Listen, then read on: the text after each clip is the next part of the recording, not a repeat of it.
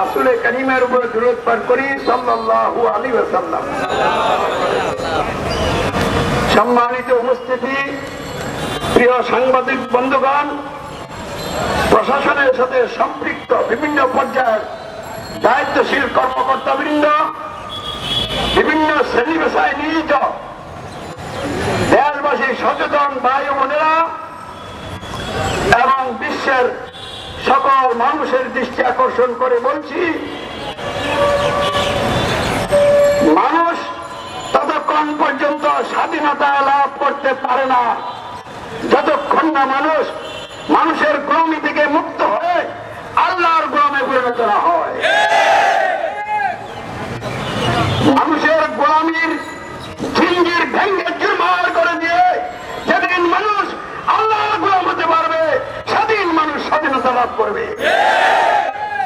তাহলে পাকিস্তান স্বাধীন হয় নাই, বাংলাদেশ স্বাধীন হয় নাই।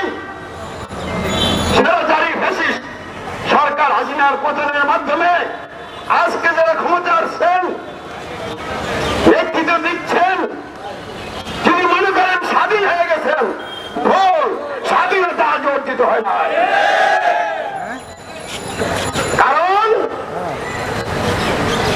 মানুষ আল্লাহর সার্বভৌমত্ব আইন বিধান কর্তৃত্বের অধীনে আল্লাহর আইন বিধান পালন করে আল্লাহর গোলামি করার এখনো অনুকূল পরিবেশ পায় নাই। তাই আমাদেরকে স্বাধীনতা অর্জন করতে হবে। আজকের এই মানব বন্ধন বাংলাদেশ ও বিশ্বের মানুষকে মানুষের গোলামি থেকে মুক্ত করে আল্লাহর গোলামে পরিণত করে স্বাধীনতা অর্জনের মানব বন্ধন। সম্মানিত বন্ধুরা, আমরা স্পষ্ট ভাষায় বলতে চাই, দুনিয়ায় মানুষের জীবনে সুশাসন এবং ন্যায় বিচার প্রতিষ্ঠার মাধ্যমে মানুষের সকল অধিকার আদায় এবং সংরক্ষণের সুব্যবস্থা করতে হবে। বৈষম্য মুক্ত, দুর্নীতি মুক্ত সমাজ রাষ্ট্র গঠন করতে হবে। কল্যাণকর সমাজ এবং রাষ্ট্র গঠন করতে হবে। কল্যাণকর সমাজ এবং রাষ্ট্র কখন বলা যাবে? যখন দেশের মানুষ, জাতির মানুষ তাদের অধিকার প্রতিষ্ঠার জন্য আন্দোলন করার দরকার হবে না। রাষ্ট্রের পক্ষ থেকে রাষ্ট্রীয় নেতৃত্ব যারা থাকবেন, তারা মানুষকে খুঁজে খুঁজে দেখে দেখে কার কি সমস্যা আছে ওই সমস্যাগুলি সমাধান করার জন্য মানুষের ধারে ধারে যাবেন।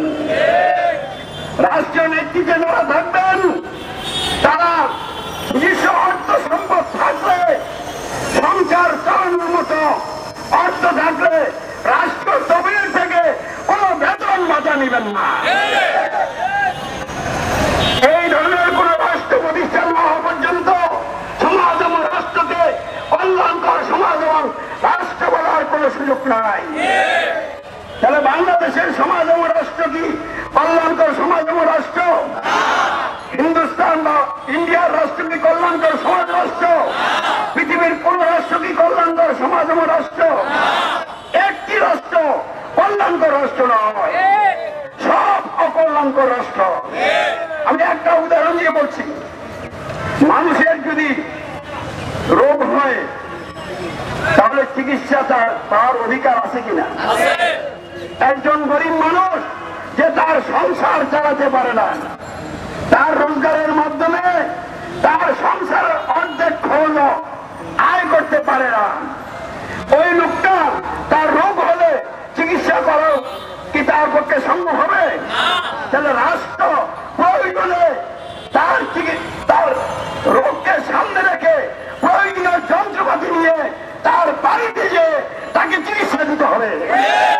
তাহলে এই ধরনের ব্যবস্থা কি পৃথিবীর কোন রাষ্ট্রে আছে? আমাদের বাংলাদেশে আছে।